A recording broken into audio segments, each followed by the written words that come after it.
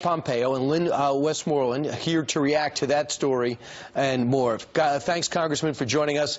And Congressman Jordan and Pompeo, you put together a 42-page summary of the 800-page report. But I want you first to respond to the way your 800-page report that took 2 years to put together is being summarized. Listen. No smoking gun. No new evidence of blame for Hillary Clinton. Finds no bombshells about Hillary Clinton. No new evidence of wrongdoing by Hillary Clinton. No new evidence of wrongdoing. No evidence of Clinton's role. The report does not shed significant new light on Clinton's handling of the crisis. Congressman Jordan, is that true? No, look, Brian, we learned that no military assets were had even taken off before the attack was over.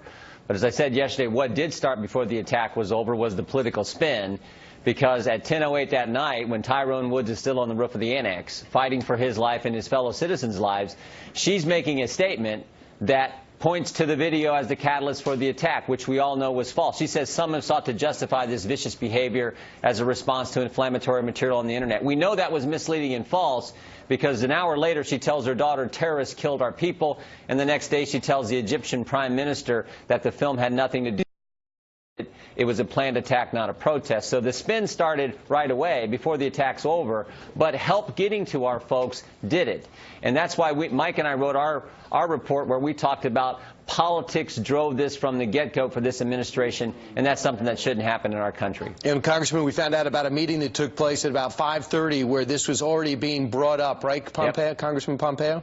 That's right. They were talking about politics just several hours after the attacks. They were worried about the sensitivities of the Libyan government. Can we send our soldiers in uniform? Do we need permission from the Libyan government? That's crazy. You had an ambassador missing. You had 30-plus people that were in harm's way fighting for their lives. And you have our Secretary of State sitting on a civets with a bunch of deputies from all across government debating whether or not we can send forces in, rather than doing what Secretary Panetta had actually told them to do. Do everything you can to get these people back. It's reprehensible that they dithered while those folks were in a fight. Yeah, Congressman Westmoreland, as you look at this entire thing that you guys put together, people want to say that Hillary Clinton was exonerated through this whole thing, but the question is, did she step up and take leadership role, because it's her State Department and her hand-picked ambassador and her friend that was missing and later found dead? Well, you know, Brian, the fact of it is she wanted to be the hero going into Libya. But after this happened, she wanted to wash her hands of it and blame it on somebody else. You know, if you can't fix the problem, fix the blame. And that's certainly what their intention was, I believe, and especially during the civic, was, you know, I think there were 11 action items, and 5 of them were about the video. None of them were about, hey, how quick can we get somebody in there to rescue our people? Yeah, here's the thing I don't understand, Congressman Jordan.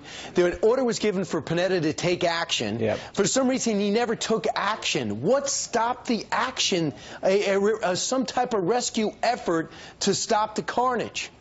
All the facts to point to, I think rather strongly, frankly, to political concerns dominating everything else. Mike talked about having people change out of the uniform. We couldn't send people in military uniform because we were concerned about politics and political issues. We had to stay there, even though after Gaddafi's ousted, we stayed, even though most other countries left, even though the security situation was so bad. You had one diplomatic security agent call it a suicide mission. Another said everyone in Benghazi is going to die. That's how bad the situation was. But because of politics, because this was supposed to be their crown jewel of foreign policy success, they stayed. And then when it all happened, when the terrorist attack happened on 9/11, they had to mislead the American people, because they were 56 days before an election. Their legacy was on the line. And, of course, the political narrative was GM's alive, bin Laden's dead, and al-Qaeda's on the run. They couldn't tell the truth, and so they misled the American people. So I want you to hear what Judge Napolitano asked us to ask you, because this has been the strong rumor. Why were there CIA annex there? What were they doing? Why were weapons on the move, and where are they now? Here's the judge. You're going to have Congressman Jim Jordan and Congressman Mike Pompeo on in about an hour and a half. Ask them. They know about this. Ask them about Hillary's secret war and how she was warned about the dangers of fighting a secret war by giving weapons to monsters. Congressman Westmoreland, you know anything about that? Well, Well, we can't get the information. I mean, we can't get the information from the White House, and he would be the one to know of any covert action over there that involved giving arms to the Libyan people. I don't doubt that it happened, but as far as what the annex was doing there, we've asked, you know, all the people that were on the ground there if they saw any weapons, man-pads, hostages, and they all said no. And they had access to every part of that annex. Elijah Cummings, ranking member on this committee, said this. I want you to hear it and respond. He came out and said this whole thing has been a sad experience. Congressman Pompeo, do you believe this whole thing has been a sad experience of partisan and an example of partisanship? I'm proud of what we accomplished. There's a whole new understanding of the fact that Secretary Clinton put politics ahead of the people on the ground. We didn't have that before this committee existed. We didn't have her emails. We didn't have Ambassador Stevens' emails. Elijah Cummings can answer to the American people and the families of those 4 dead Americans for the fact that he seems to have been happy never to have known that America didn't even try to go rescue these heroes on the ground. He'll have to live with that. He'll have to explain that to the American people why he thought this committee shouldn't have asked those questions on that set of incredibly important issues. They needed help to come, and the help never showed up. It was never even scrambled. There was no attempt.